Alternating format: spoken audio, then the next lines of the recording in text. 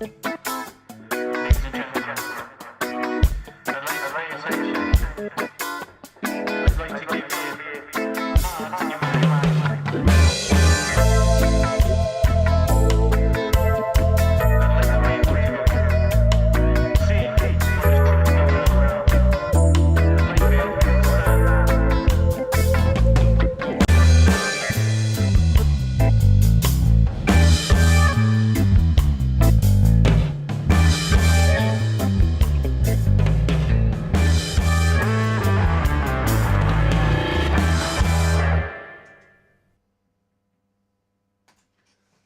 evening. Good evening. And welcome to another live stream. As you can see, we have Mr. James Warren.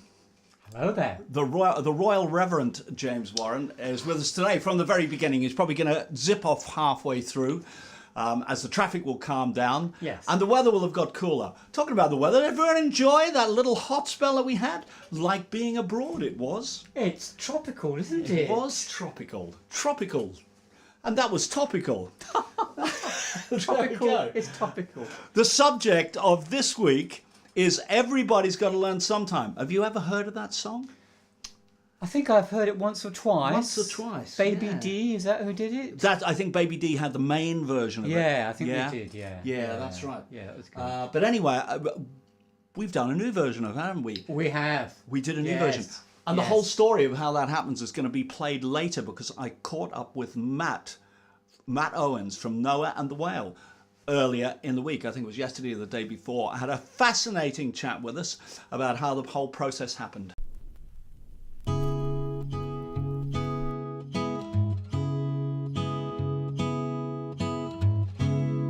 Change your heart. Look around you.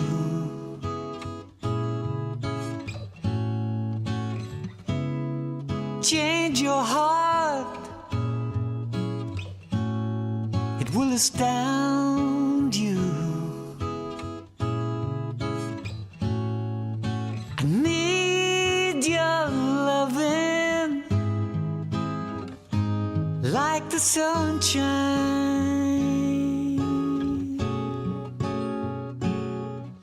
And everybody's gotta learn sometime. Everybody's gotta learn sometime. Everybody's gotta learn sometime.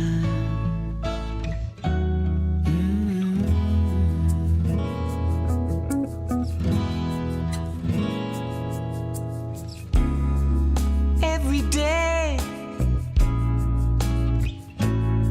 so confused inside.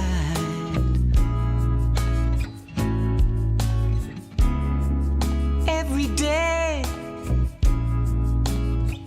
you know we live such lives. I feel so helpless. When will we see the light? 'Cause everybody's gotta learn sometime. Everybody's gotta learn sometime. Everybody's gotta learn sometime.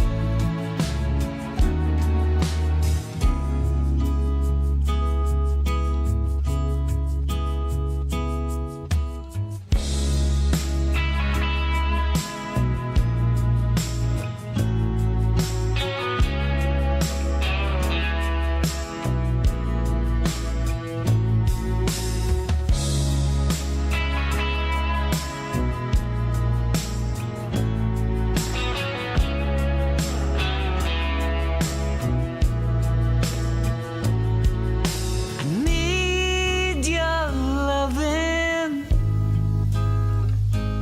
like the sunshine.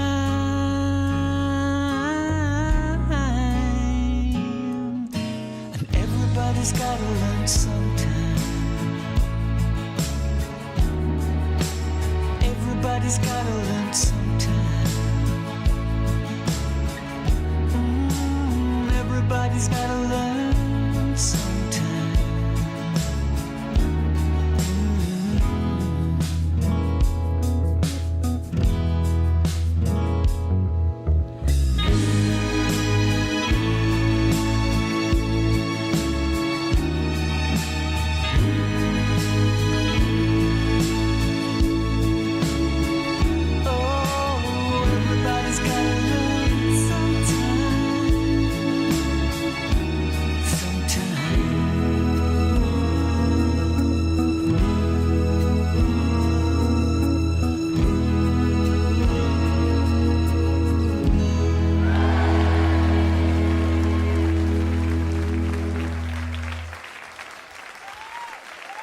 Yeah.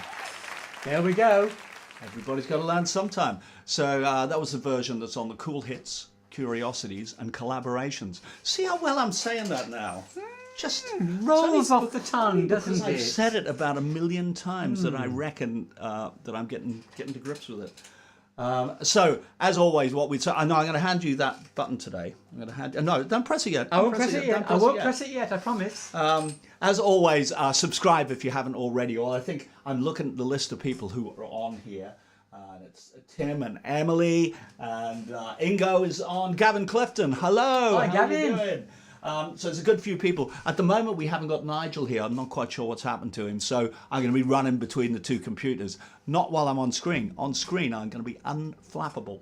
I'm going to be the calm, Epitome. the epitome of calm. That's the word I was thinking of the essence. It's not quite right, is it?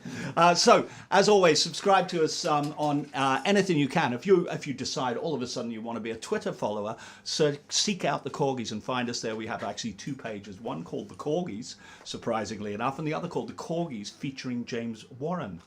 As that's originally what we were before. We kind of just changed to the simplified version. Yeah, so there we are. So subscribe to us everywhere. And just as a matter of law, I'm not sure, James, do you know where the sound comes out of that easy button? I do not, mate. Oh, could that be it, I wonder? Little there we speaker are. on the back. Okay, so stick the speaker up to the thing and we'll find out and hit that button. Should we have a go? Shall we? That was easy. Yeah. It was easy. Yeah, that's it. That's it. See, when being a sound engineer, you always have to look for where the sound source is You coming do. from and make You sure do. you put the mic in the right place. Yeah. As we know. So we have, as always, a competition. But I should just say something about this competition because the competition prize, maybe we should talk about the competition prize first. The competition prize is a CD with that version of it on. Not AC/DC. Not ACDC. no. CD. And actually, isn't ACDC a very funny name for a really male-oriented Australian band? It's a very funny name. So not only will the prize be a CD with that on it, of which we will do a Cool Hits little cover for it as well, but it's going to have a brand new version on it that nobody has heard in this country other than the people that have worked on it. So we have a new single that's going to be released in Japan, and I think it's probably in about a month and a half or something like that. There's a singer called Moe, and I think that's how you pronounce her name. A singer called Moe, who was a very famous singer out there, and they asked us to do a brand new version of it, which we did, didn't we? We did. With Moe doing the lead vocal. Yeah, that's right. So we're not actually going to play you that. We're going to leave that for the lucky prize winner. So I can see there's going to be a mad scrabble around here to get this prize because this is a one-off, and you won't actually. You might. I don't know where you would be able to get this. I think you'd have to buy the Japanese version of Cool Hits, although kind of we're not making you do that. We might at some point, once it's been released in Japan properly, just make it kind of available across here somewhere. But it's quite interesting. It's like you've never heard it before, isn't it? Yeah, it's worth listening to. It's quite different, rather avant-garde, you might say. Avant-garde version. So I'll tell you what, later on I think we might play a little snippet of that and you can just have a little listen to how it sounds. We kind of like it. Whet your appetite. Yes, we kind of like it. So anyway, we have a quiz question. It's based on Everybody's Got to Learn Sometime. It's actually, just to be fair, it's based on the old version of Everybody's Got to Learn Sometime rather than this new one. The original version. Yes, the original version. So I am going to stick up on the screen, I am going to stick the competition. Would you like me to read the cartoon question? Not the cartoon question, but the competition question. Here it is, folks. What sound was used for the guitar-like tune at the end of the original and the links? And what was it played on? The most detail wins. Now, what do we mean by that, Al Steele? The devil is in the detail. The devil is certainly in the detail. There's a correct answer to this, and then there's an even better correct answer. Then there's an even betterer correct answer. Yeah. Yeah. So the more comprehensive your correct answer is, Yeah. the more likely you are to get a flight to Japan, paid for by Al Steele. Or yourself, more likely. So yeah, what sound was used for the guitar-like tune at the end of the original and the links, which happened in the middle of the song as well, and what was it played on? The most detail wins. So there we are. There we are. Get your thinking caps on that one. And this, just in case we have 10 winners, it's the person who has all of the detail for that as much as possible. Can't say any more than that, or we'll give the game away. Indeed, indeed. Yeah. Not that it's something you'll guess, is it? It's not That something. was easy. Yeah. So that's all good, isn't it? We have on tonight's show. We have a little bit of rehearsal footage, which we set up some cameras around here when we were doing backing vocals for Everybody's Gonna Learn Sometime for this version of it. So we're going to play you a little bit of that. It's a little bit like Fly on the Wall. If you had a spare hour to kill, you might say it's a bit like watching the Beatles Get Back, the first bit of that, where you might go, well, as for people that really love it, they would love that. We hope you really love us, but we might not subject you to that long of that. Probably, 5 minutes of each one or something like that. In fact, we could just have a little look. Should we have a look at the first one? This is Born to Win, recording backing vocals for Everybody's Got to Learn Sometime. And the way we do it with those guys is we do it one by one. If James is doing backing vocals, because he knows all the backing vocals inside out, then he would just put down a block and put down another one, put down another one. But because the guys in Born to Win, they all sing different harmonies, so I think Ava always sings the top, Emmy sings the next one down, Jay sings the next one down. So we would then, one of them would go in and do their bits and come back out, the other one would go in and do their bits and come back out, etc. So this is the way it works in this particular case. And here they are. Here's this Fly on the Wall documentary. Everybody's got to learn something. How it works. Ava, how about you doing yours first? Because you know what you're doing, don't you? Yeah. Good. Excellent. It's not that we played this much. Oh dear.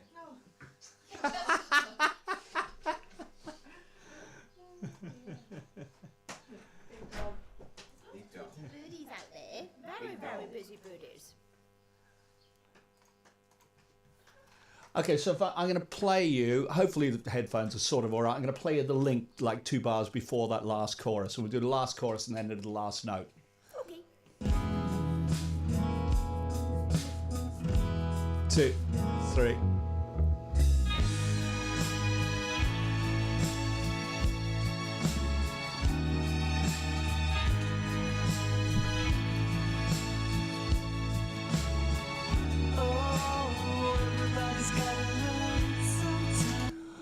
Okay, so I don't know why that didn't work. Get closer if you can. Here we go, let's do it again. 1, 2, 3.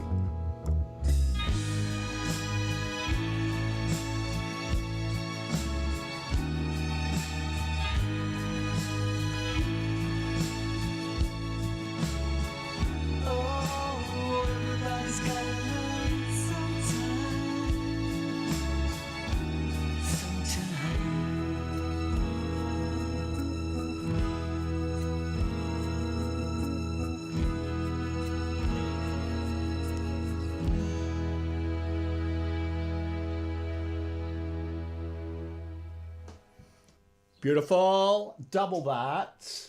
Here we go.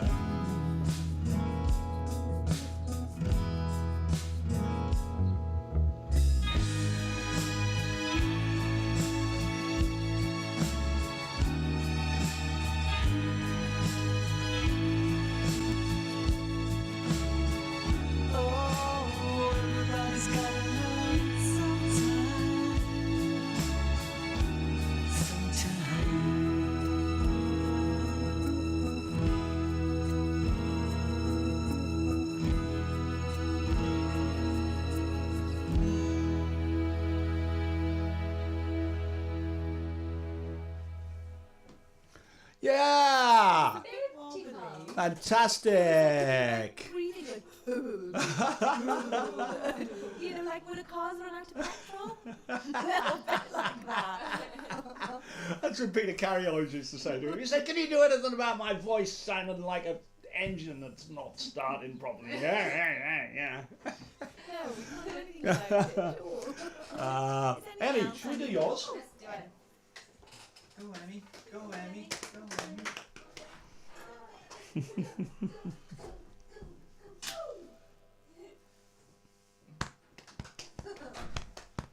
So your compressor was barely touching that vocal then? Yeah, I was really just to squash it a tiny bit. This particular compressor is you could use quite a lot of it, and it's very forgiving. It's an old style DBX compressor, and it's like just works fantastic on most things. Not on guitars though, funny enough. Not on acoustic guitars, not on electric guitars, but on everything else. Here we go.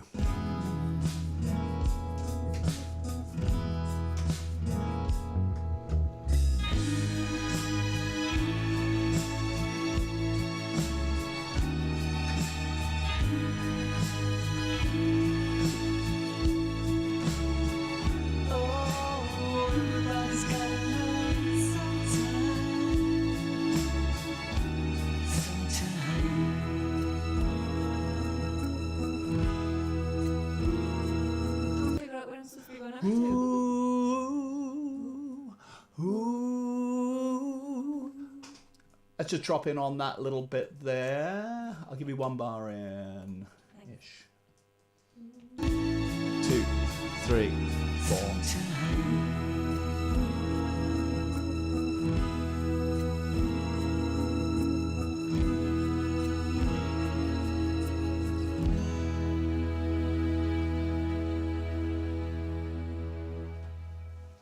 Yeah, does it sound good to you or sounded good here? Sounded good to me. Okay, let's just do that end while you're there. Okay. Here we go. Yeah.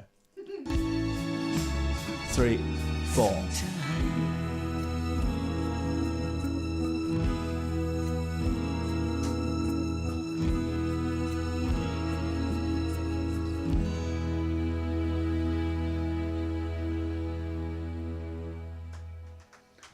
Fantastic. So let's just go and pick up the same thing, the beginning of that.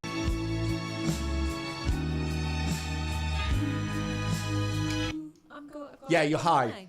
Ooh.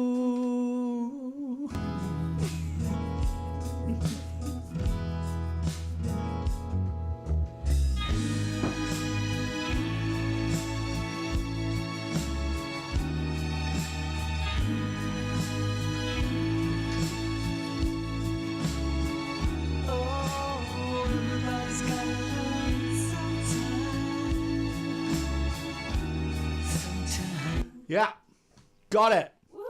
Jay.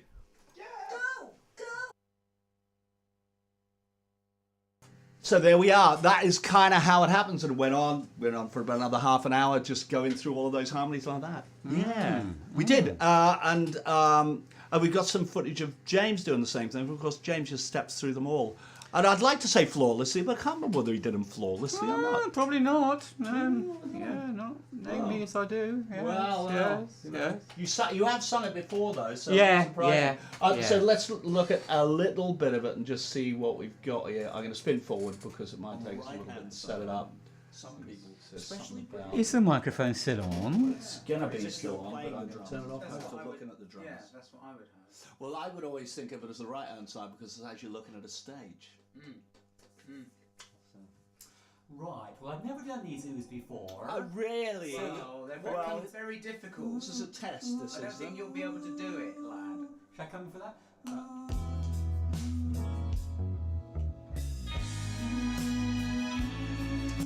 So it's probably the middle one, isn't it? Yeah, that's the 'Cause middle one. Yeah. Let me do an easy one first of all. Which Yeah. is what? Is That one, is Yeah. it? Yeah. okay. We'll start low. And it's just those two notes, Yeah. isn't it? Think so. Yeah. Okay.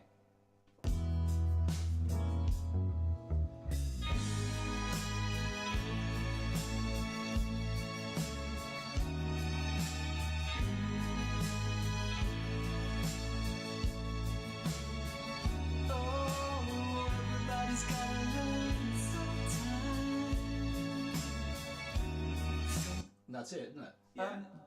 Do we need it under my... Under the note, lead I vocal? would say no. No, so just 2 lots. Yeah. Can I have a bit more of my current vocal, please? You against can the backing track? indeed. Something like that.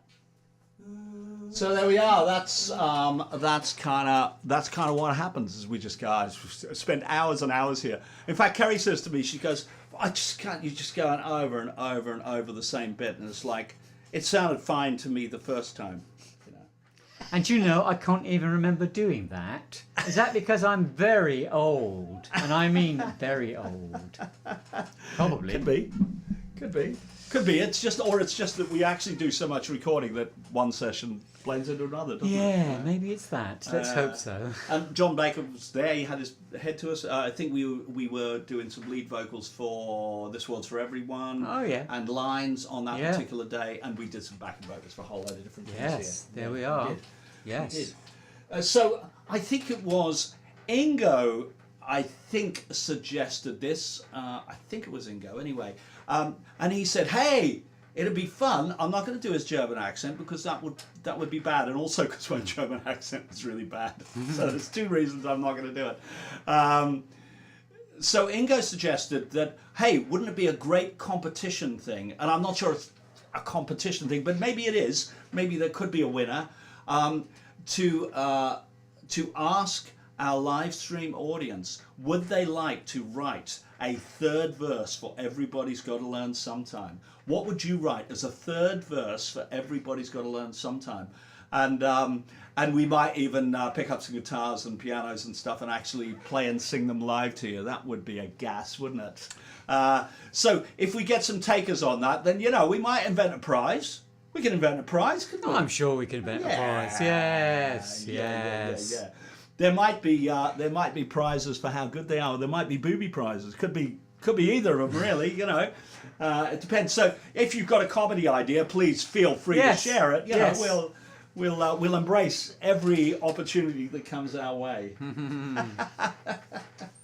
There we are. What else have we got here? We've got a little bit of. We've got perhaps a little bit of the Japanese version to play you. I think we're going to play you a little bit of the Japanese version. If I can find it. It might take me a second to hunt around here and get it. It won't take very long because we're kind of always in and out of this folder. So where are they? Mastering. Masters. That's what we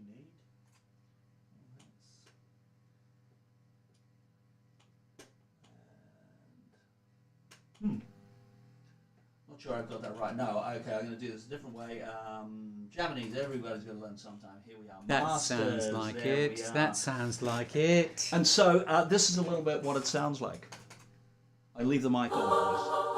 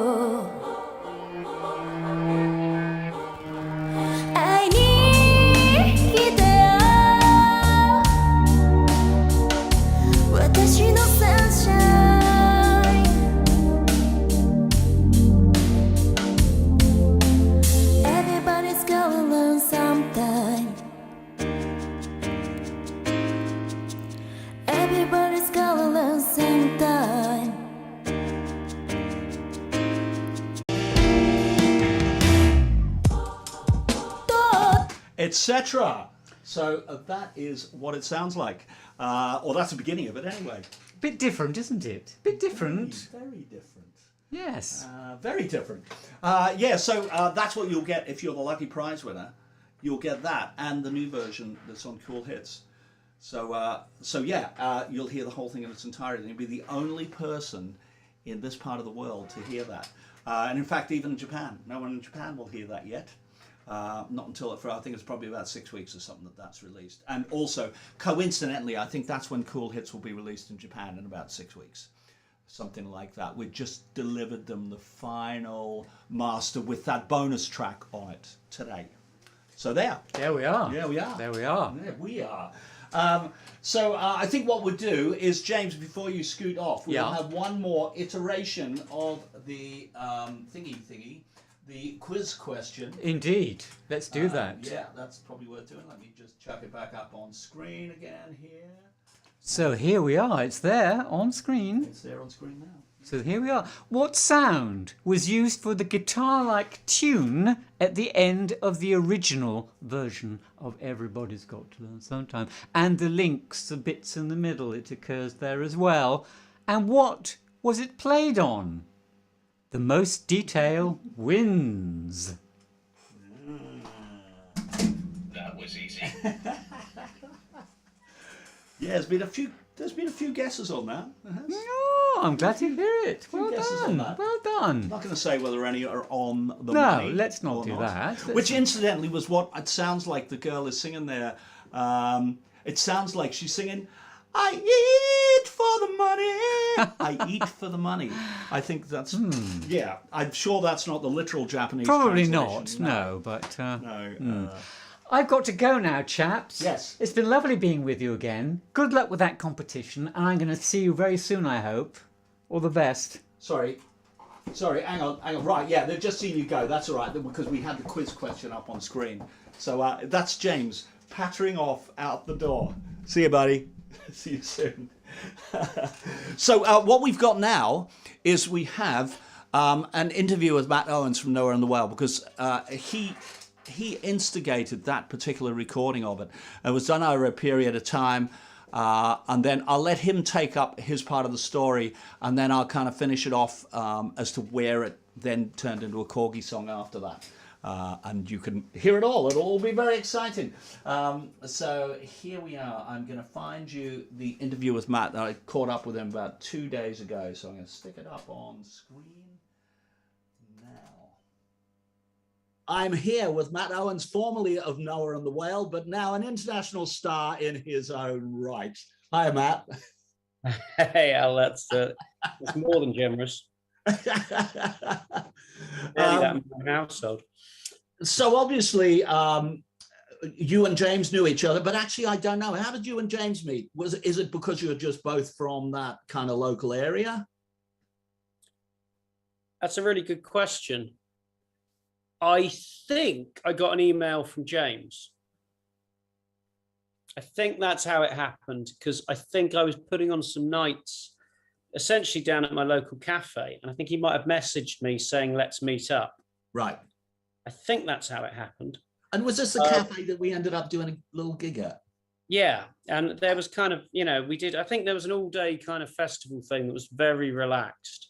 We got some great people playing it, in fairness. Morgan Way, who played it early in the day to about 5 people, have gone on to just been voted best band in Britain at the British Country Music Awards. So there you go. There we go. It all started at that cafe. Yeah. And it all started there. Well, like a lot of things seem to, I don't know if it's just the legend builds it up. But yes, anyway. And then I met James probably at that very cafe, and we started chatting. Yeah. And I think he said to me, that you'd said to him, like, if you that acoustic version did Everybody's Got to Learn Sometime, have you got a recording of that? And he went, no. Yeah, well, I was over at his house, and I said, there was an acoustic guitar right there, and I said, go and play me that song, just you on an acoustic. Yeah. Because I'd never heard it. Yeah. And it's also quite a tricksy one to play just on an acoustic. It's in some ridiculous key like D sharp minor or something that no one wants. C sharp minor, yeah. It's in C sharp minor. No one wants to bother with. On an acoustic guitar, you want a G and an E minor and maybe a D.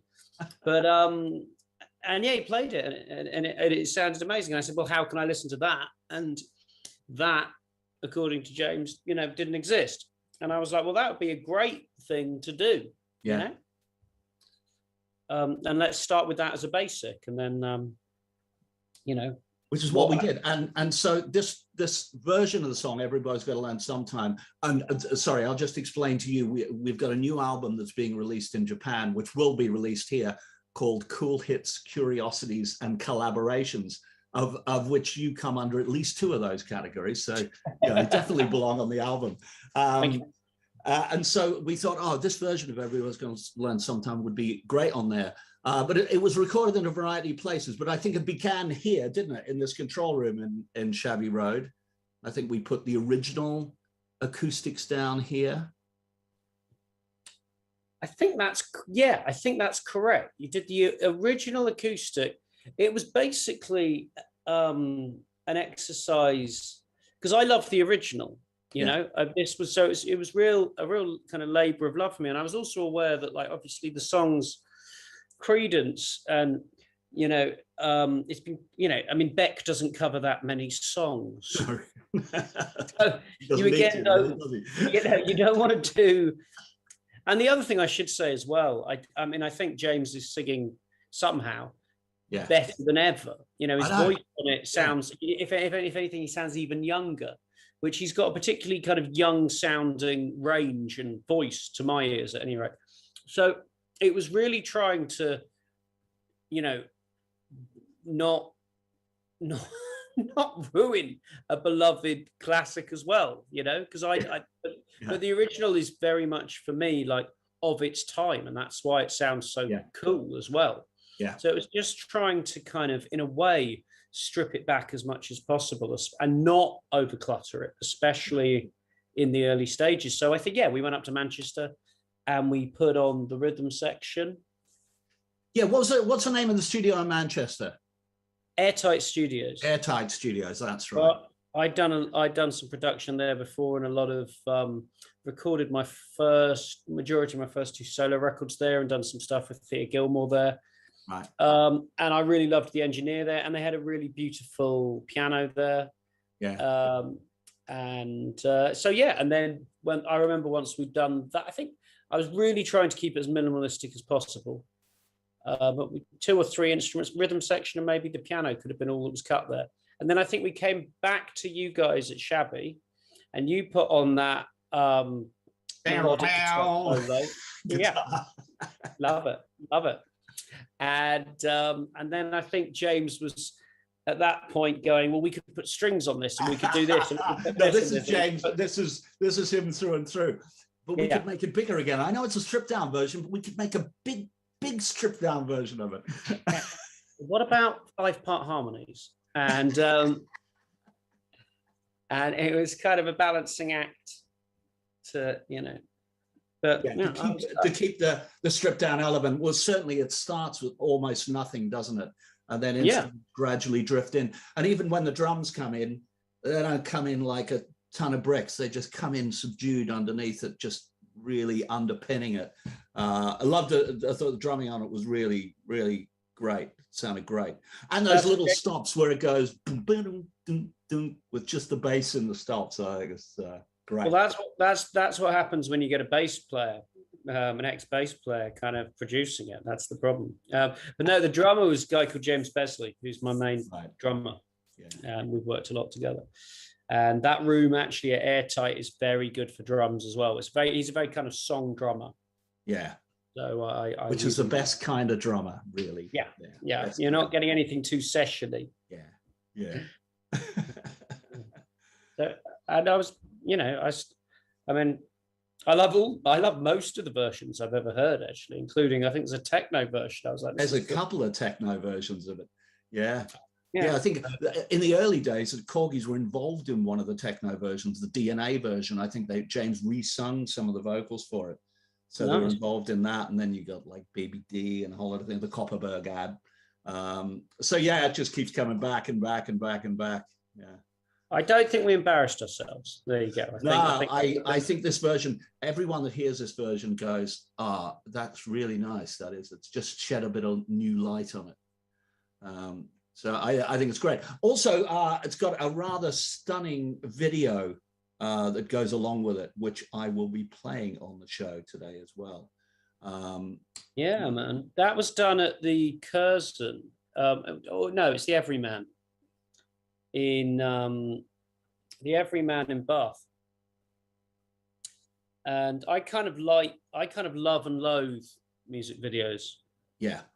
Because I've been in bands where we've spent 6 figures on a music video that's unwatchable and was insufferable to make. And but I really do enjoy. I think I very much see the need for them, and Yeah. I quite enjoyed that one. I think They're it's often great. like photo shoots. If you can do them quickly and good, Yeah. with a good idea, they're fine.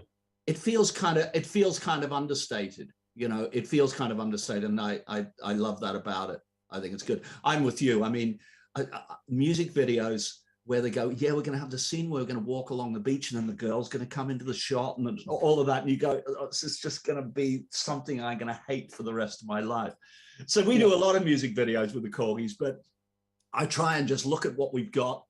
I do some quick stuff with someone singing to green screen, and they go, what can we do with this now? What are the lyrics and what can we do with it? And what can we do quickly for no money? This is my principle. What can we do for no money? And then turn it out. We've had a lot of great reactions to the videos, and people going, oh, you got to release the videos on a DVD album, if anyone plays them anymore. I don't know, Well, they're all up on YouTube, The whole point of one now is just to get, ironically, your song on the radio. Yeah. So a lot of people won't play stuff on the radio unless there's a music video. And at some point, someone's going to need to sit me down and explain that one to me over a night of drinks. Yeah. But it still seems to be, it's like you often only get booked for a gig now if you have a video of some kind. Yeah, or a decent website.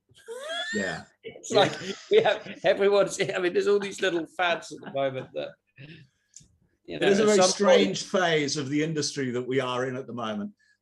Obviously very social media driven. We both know that, because we know you've got to get people to go to the gigs, you've got to drive the social media to it.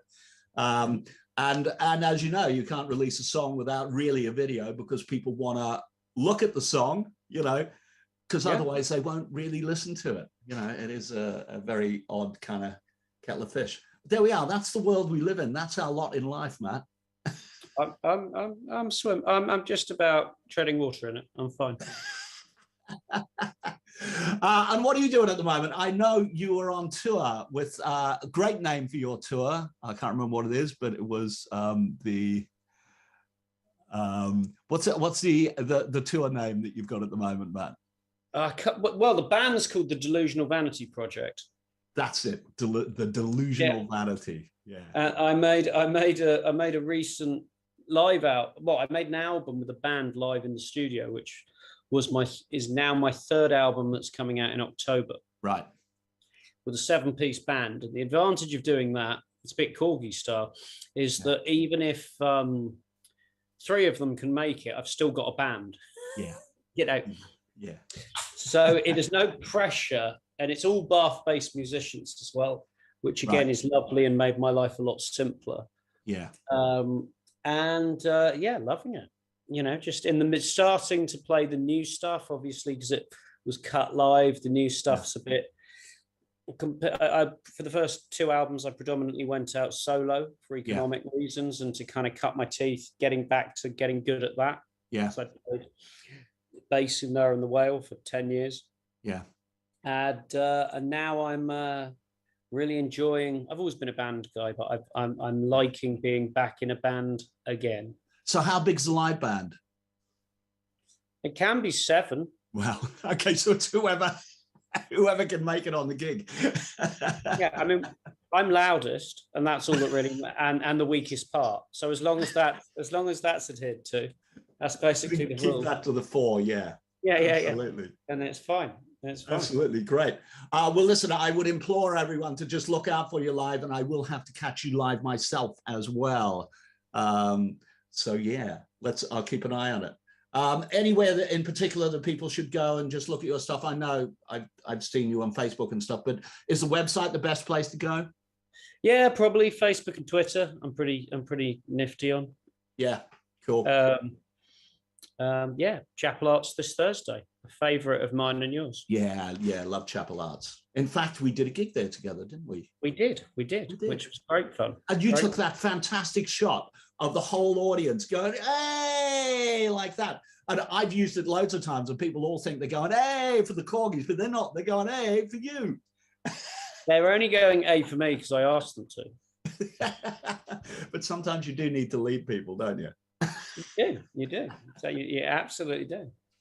But you know, it was an idea that came to me once in Ireland. I did a gig and there was a wedding.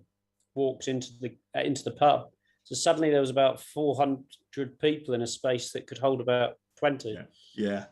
And I just said, "Do you want another song?" And someone filmed it. And I started playing covers because it was this couple's wedding day. Felt, I didn't want to play one about my feelings or a bar or, an ex-girlfriend. So that's where the idea stemmed from. I was like, hang on, it's like I've orchestrated this, but I really haven't. Yeah. But let's orchestrate it on every gig in the future. Yeah. I've got out of the habit of doing it. I might have to do that again, actually. I go through fads with like stuff. Yeah. Okay, well, listen, great to talk to you, Matt. And I'll look forward to catching up somewhere. And everybody else, go and catch up with Matt on his tour with his new band. It should be fantastic. Thanks for being part of this. Everyone is always interested in how these songs were recorded. And this particular song, of course, the biggest Korgis song of all time. And you shed new light on it. So thank you very much for that. It was a pleasure to be involved, and congratulations on the on the record, man. It's super exciting. Thank you very much. We will be releasing it on vinyl here later in the year, and I'll chuck you across a copy. That'd be lovely. Good to see you, Matt. See ya. Bye. So that was Matt Owens. It was great to catch up with him because I hadn't actually seen him since we did that recording in here, and we started off doing some of those basic instruments. I think actually, when I was talking to James about it earlier, he said, no, I think we only did one day here, and we did more on that day. We did the acoustic guitar, we did the lead vocal, whether he might have done the lead vocal up there, I'm not sure. But we did the guitar solo here and also the little piano bits that were on it. So there was a fair few things that we did, but it must be said that some of them perhaps were replaced up there after those original ideas. And then when it came back down, I know James asked for what they call stems, and that is the individual elements of the mix. And then he went and started to master them. And some way through that project, he said, this would sound really good with real strings on it. And it's like no one has to say that to me more than once, and I'll go, yeah, great. Fantastic. So him and I scored it together. We just sat down and worked out the tunes and everything and got it to sound really lush like it does. So at the end, it does get a little bit bigger than Matt's original intention there. And then as we Korgified it, of course, we came and we brought, as you saw earlier, we brought Born to Win in to come and do some backing vocals there. James came and did backing vocals. John did backing vocals. I don't think I did any on this because I thought, really, I think there's enough of them for those oohs at the end. I think 18 is probably enough. And that was it. And then we kind of just had a little retweak of it, a little remix of it, just listening again to how it would fit in with the rest of this album. But it does really, it's still a very kind of magical version of it. Very different from the original one, but it still retains that kind of intimacy the original one had, as if James is singing to you alone. Yeah, and that's what we kind of like about it. So there we are. That's the story. I will just say about the quiz question that no one has really got it right. The complicator, I can't remember even what the name of the instrument is that you're saying, the guzheng, etc. It is an instrument similar to that, but that's not the whole story. There's a story attached to it, and I thought one of you out there might have known this story. But I can give the prize away because someone has kind of got it right. But I'll tell you one thing, it's not the guzheng, okay? But you could be right in the fact that it is a traditional kind of instrument. Okay, so use that as a starting point, that little clue there. I'll give you the quiz question again, just now that I've thrown that into the works.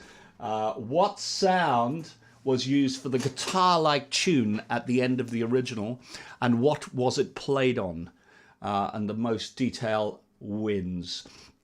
And it's not the most detail about how many strings were on that instrument, etc., etc. If there were any strings on that instrument, it is more about there was a story that went behind it. Okay, so that's kind of what I thought somebody might know, but maybe not. If not, you will enjoy hearing the story when we get to it. So there we are. I will say we have a gig coming up on August the 12th, which is shortly after my birthday. So apart from anything else, you should all come along to that gig just to wish me a belated happy birthday and buy me a drink. And maybe I better get a hotel that night because I'll be legless. I won't be able to drive after it. So also, this is the gig at Trading Boundaries in Fletching, which is just above Brighton, just below Gatwick. So it's not too far from any of you London guys. It's not too far from anywhere on the south coast, etc. So do pop along to that gig. We would love to see you there. It's going to be a gas. And we are giving away this free goodie bag. We said this before. We're giving away a free goodie bag to everyone that goes in there. It has a special edition of Cartoon World. It's a single CD edition of it. It's got a different sleeve, etc., etc. It has the original posters that were in Cartoon World, so you know what on earth it's about. And we're going to chuck a couple of badges in there as well. And then after all of that, you can take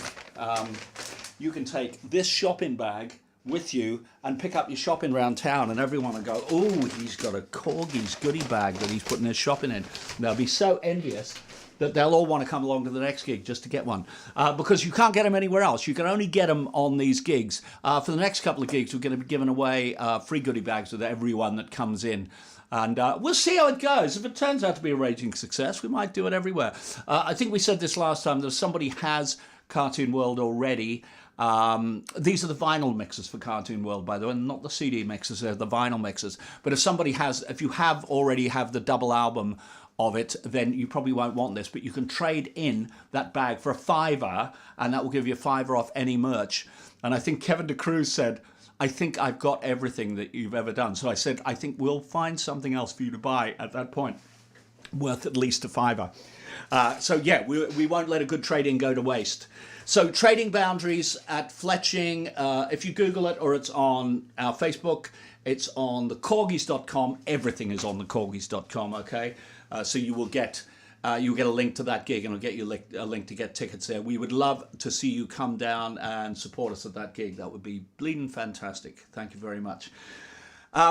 Okay, so people often say, "Oh, Al, why don't you play more of your stuff on the live stream?" And it's because it's a Korgis live stream, so that's why I don't play loads of my stuff. However, I do have loads of my stuff, so every now and then I will play you a little track here.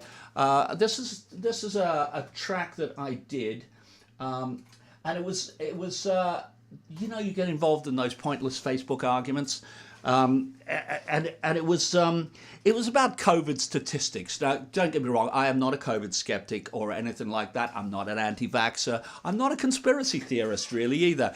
But I am a believer in the truth, and I just thought there was a little bit of inflaming the situation and panicking people everywhere. So it was like I felt it was my mission to stop people panicking quite so much and just look at the facts and just be a little bit calmer about it. So I wrote this song, and the chorus of the song goes, "You can't stop living because you're afraid of dying, and you can't stop falling for someone in case you end up crying."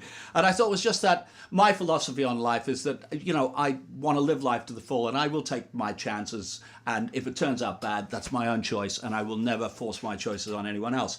But this is a song about that. I actually laid down a gauntlet. Someone else said, yeah, I'm going to write a song about that as well, and they never did. They failed completely. So here we go. I'm going to play this song, and it's called "In These Troubled Times." I think, if I can find it. Yeah, there we are.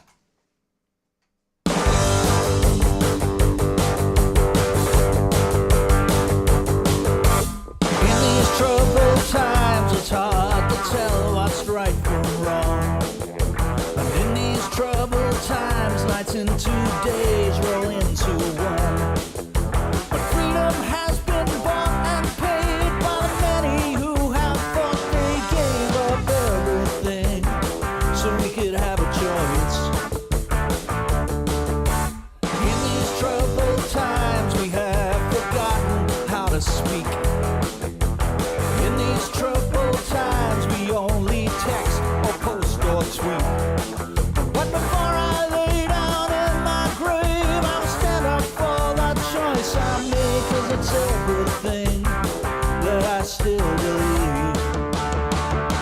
You can't stop living, cause you're afraid of dying. You can't stop falling for someone in case you end up crying. If there's one thing in this world we can rely on, you're a long time dead once life has passed you by. In these troubled times, believe the bullshit we are fed. And as the tales unwind, they string up hope and leave for dead. We must learn to look behind the sensationalist headline that's just a shadow now of what it once was. In these troubled times, it's hard to see behind the mask. In these troubled times, you're told, shut up, don't ask. Censorship is running wild. If you don't toe the party line, you better bolt your door. Yeah, history's been here before. You can't stop living, cause you're afraid of dying. You can't stop falling for someone in case you end up crying. If there's one thing in this world we can rely on, you're a long time dead once life has passed you by. Yeah.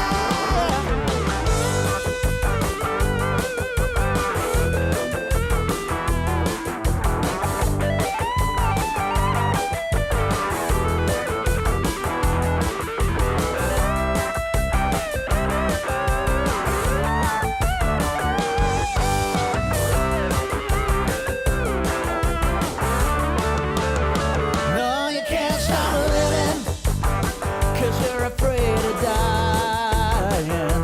You can't stop falling for someone in case you end up crying. If there's one thing in this world we can rely on, you're a long time dead once life has passed you by. You can't stop living, cause you're afraid of dying. You can't stop falling for someone in case you end up crying. If there's one thing in this world we can rely on, you're a long time dead once life has passed you. So long, bye-bye, you didn't think to ask you. Long time dead once life has passed you by. There we are.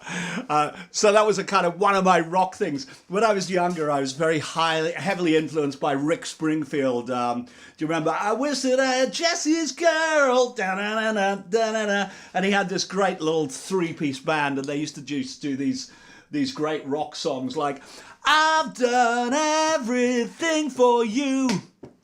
You've done nothing for me. And they're all kind of really like that. I always kind of quite really like that direct style of kind of rock music. They're not too hard to play. They're not too hard to write, really. But I just kind of enjoyed that kind of really kind of fierce thing. I think we did a version of that, an Upstairs at Shabbey Road as well, which I think is on my YouTube channel. Actually, there's an Upstairs at Shabbey Road YouTube channel. And if you Google that song, which is called In These Troubled Times, if you Google that song on YouTube, it'll probably come up as an Upstairs at Shabbey Road. There's a live recording. I think we did. Who did we do it with? We did it with a couple of my Roosevelt brothers. Simon on drums. I think Paul on guitar. I think Pete was on guitar. Pete on guitar as well. So 3 guitarists in there. And my mate Rob Sherwood on bass, I think, who was my assistant here at the studio. So yeah, that was a great little fun song to write, and hope you enjoyed it. It's not on my album, but don't let that stop you buying my album, because there's a lot of stuff on my album. So please, if you want a copy, grab it.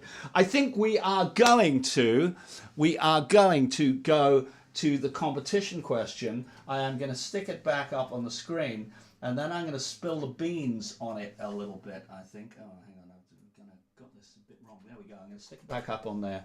So this quiz question, which said, what sound was used for the guitar-like tune at the end of the original and the links, and what was it played on, the most detailed wins. And I was kind of after the story there, because there is a little story about it.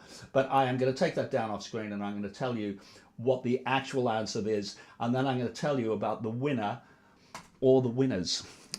So the sound that was used, which went, I should have a pick, but that's the kind of riff that it played, where it went blong, glang, da, da, da, da, was actually a koto sample. It was a koto sample. So Elaine Brokenshaw, you said koto in one of your answers. I think you had about 4 answers, but koto was definitely one of them. But it wasn't played on a koto. It was actually played on a synth. So also Gavin Clifton, you got synth very early on. So it was actually played on a synth. But it wasn't just played on any old synth. It was played on a synth called a Fairlight. The Fairlight was about the most expensive synth you could buy. I think it cost £80,000 back in 1979 and 1980. And Peter Gabriel owned a Fairlight. All of those songs like Intruder and stuff, you hear Smashing Glass and everything, it was all things that he sampled on the Fairlight. And a few people know there's a bit of a connection between Peter Gabriel and the Korgis, that they're both from Bath. And Peter Gabriel recorded, I think it was his 2nd album, or it might have been the 3rd album, at Crescent Studios, where, of course, the Korgis recorded a lot of their stuff. So at one point, James had to deliver Peter Gabriel's synth to him. And I think at the time where they had it might have been before they delivered, he did ask his permission. They used Peter Gabriel's Fairlight for the koto sound on the original of Everybody's Got to Learn Sometime. So that's what it is. It's a koto sample, but played on the Fairlight synth or the Fairlight sampler. I remember seeing that on Tomorrow's World, and them having a timpani and sampling it and playing back the sample, and of course it's sounding identical. So yeah, anyone who knows about that kind of era of music, the Fairlights were a kind of legendary thing. After that, sampling came in, and everyone, you know, you had the Akai samplers and Yamaha samplers, and everyone had some kind of sample or other. Now it's 2 a penny. it's easy enough. So congratulations, 2 lucky winners. I think I'm going to give you a CD each. Gavin Clifton and Elaine Brokenshaw. Well done to both of you. Congrats on that. So there we are. I think that is kind of it for the live stream tonight.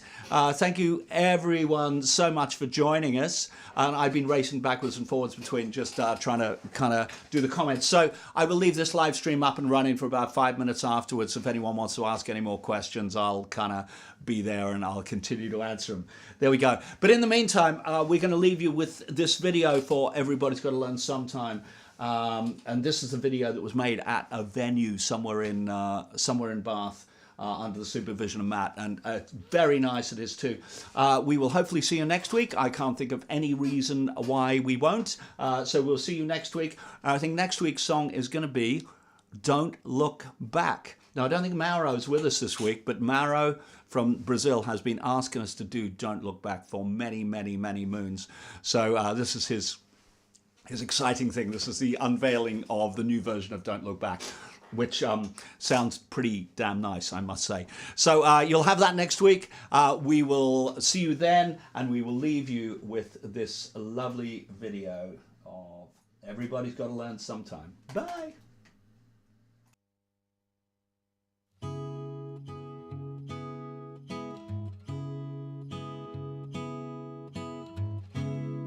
Change your heart. Look around you.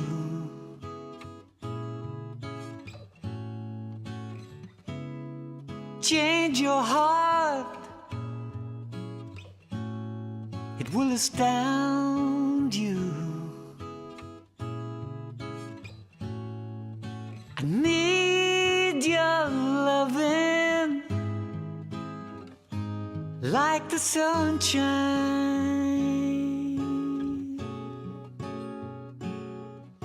And everybody's gotta learn sometime. Everybody's gotta learn sometime. Everybody's gotta learn sometime.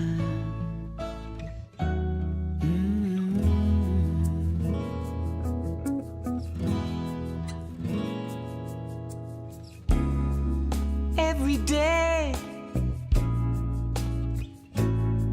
so confused inside.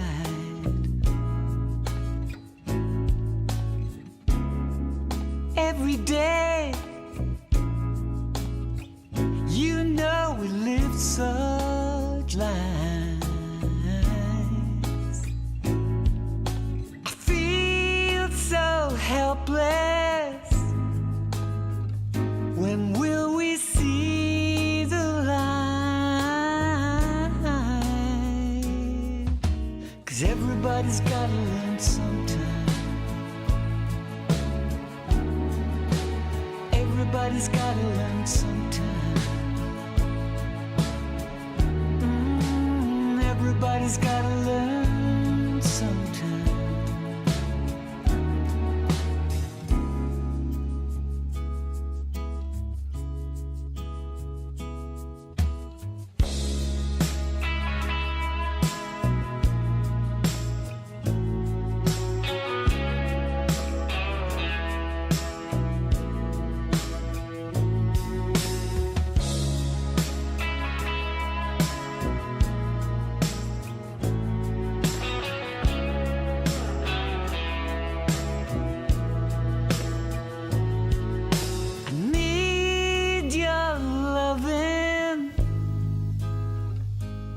Like the sunshine,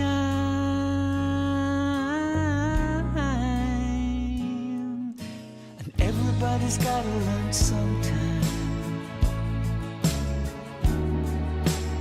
Everybody's gotta learn sometime. Everybody's gotta learn.